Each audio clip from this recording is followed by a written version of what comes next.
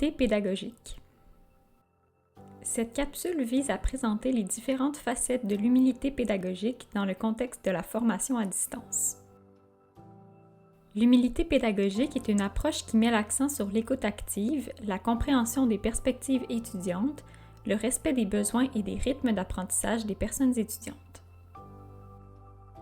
Dans une posture d'humilité pédagogique, les personnes enseignantes reconnaissent leurs propres limites, se mettent à la place des personnes étudiantes, apprennent avec elles et créent un environnement d'apprentissage basé sur le respect. Les 6 dimensions de l'humilité pédagogique en contexte de FAD sont l'humilité intellectuelle, l'humilité culturelle, l'alliance pédagogique, la pédagogie de l'empathie, la prise en compte des facteurs de risque et la présence à distance.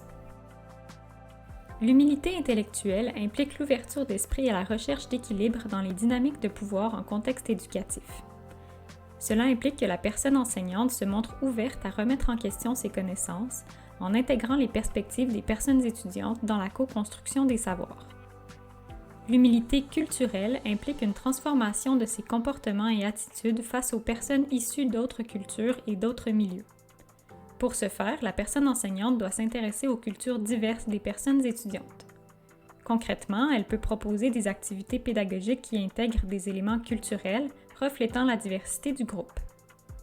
L'alliance pédagogique consiste à établir des objectifs communs entre personnes enseignantes et personnes étudiantes pour la co-construction des apprentissages dans un climat de confiance mutuelle qui se bâtit dès la première rencontre.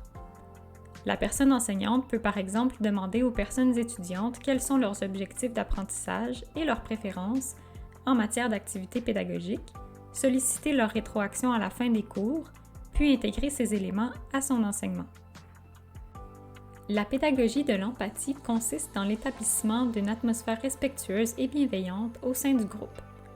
Pour la personne enseignante, cela implique de se présenter aux personnes étudiantes avec authenticité et de s'intéresser à leur vie personnelle tout en respectant leurs limites.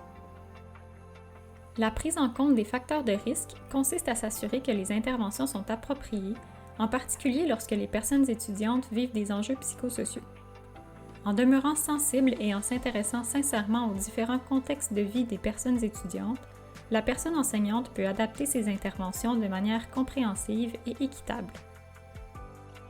Finalement, la présence cognitive, socio-affective et pédagogique dans un contexte de formation à distance permet de renforcer la relation pédagogique qui est cruciale étant donné la distance physique et temporelle entre les personnes. Il faut multiplier les occasions d'interaction, créer des espaces d'entraide, se montrer disponible et utiliser des outils de communication variés. L'humilité pédagogique est donc une posture qui demande un engagement sincère et constamment renouvelé de la part de la personne enseignante.